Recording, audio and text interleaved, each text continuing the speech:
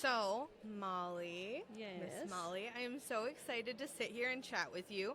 You have quite a bit of books published, don't you? Yes, I do. How many? What's the total now?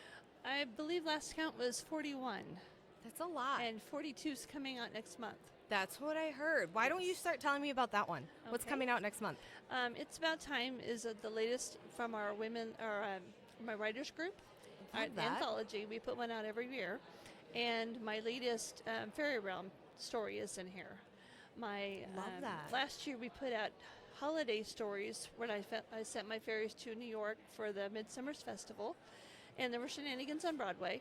And the planned story was that Diamond, who's the head of my fairy council, was going to have his little story. Well, his second in command, Obsidian, hijacked the story and it became all about him finding his long lost daughter. So, Midsummer Festival in Central Park is part 2, is in this one where Diamond finally gets his story.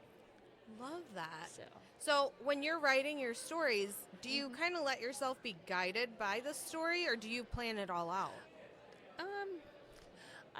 When I start to write a story, I kind of know the beginning, I kind of know the end, and then the middle, it'll wander all over the place because I find out if I absolutely outline it, I don't follow an outline. I write. I love that. In high school, I was the person who wrote the paper and then filled in the outline. I love that. Because I just can't do it. The brain takes over, the characters take over, and I'm just hanging on for the ride wherever they go.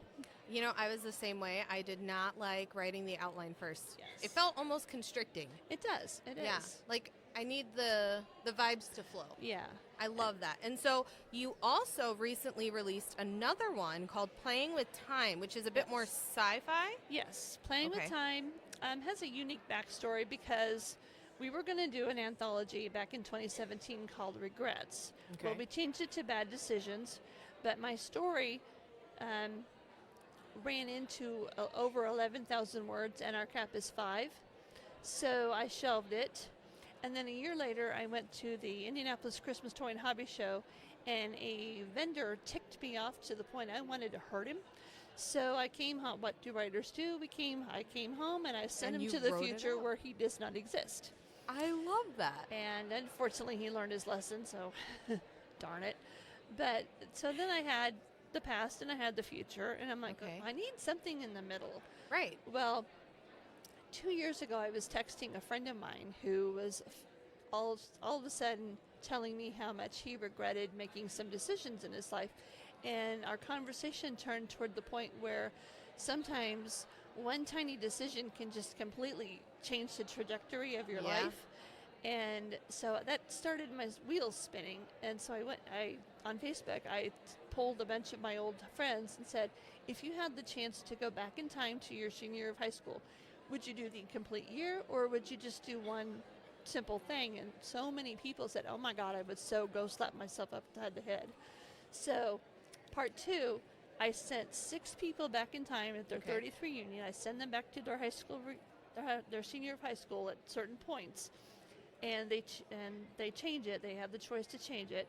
And Uncle Charles, who has the time-traveling karaoke machine, I love that. he he sends them back, and then he checks. It's kind of part Fantasy Island also, because you know how Mr. Rourke would pop in every once in a while. So Charles Rourke checks in with them every once in a while to see how they're doing, and then they have the chance to see, okay, this is where we're cutting you off.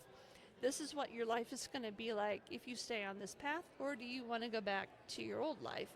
And surprisingly, some people said, I don't like that new future. I want to go back to where I was. So, what happened to my wife? That's not who I'm married to anymore. No, I want to go back. And other people said, oh, hell, this future is much better. I'm staying here. Right. So I that was love that fun. concept. That is so Yeah. cool. Yeah. And so you don't only write sci-fi fantasy, you also write a little romance too, Yes, right? yes. And that's what this book is, Catering Romance, or Catered Romance. Yeah, Catered Romance is the first 4 novellas that I wrote under the pen name of Kenzie Michaels. Okay. Because I started off writing women's fiction. I thought I was writing romance.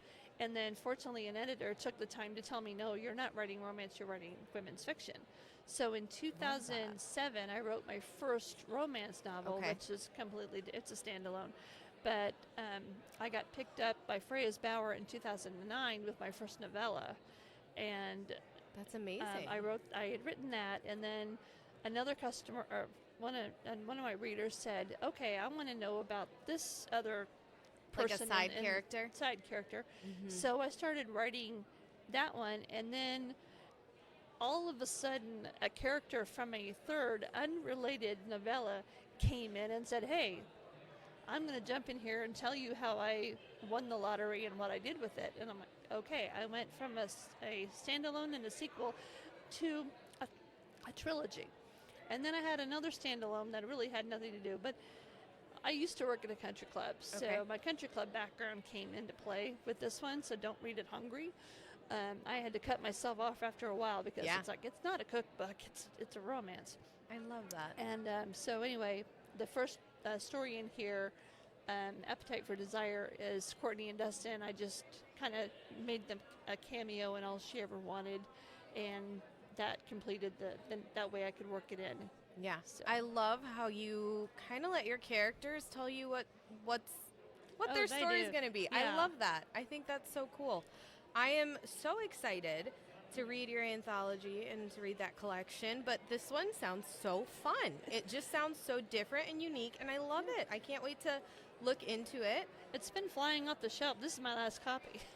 I'm going to have to I get to came your here- table then soon, aren't I came here with 4 and I've got one That's left. fantastic. Thank you so much for chatting with me. Oh, Thank you're you for welcome. coming to Readers and Writers. Thank We you. are so excited that you're here, and we'll see you next year. All right. Thank you.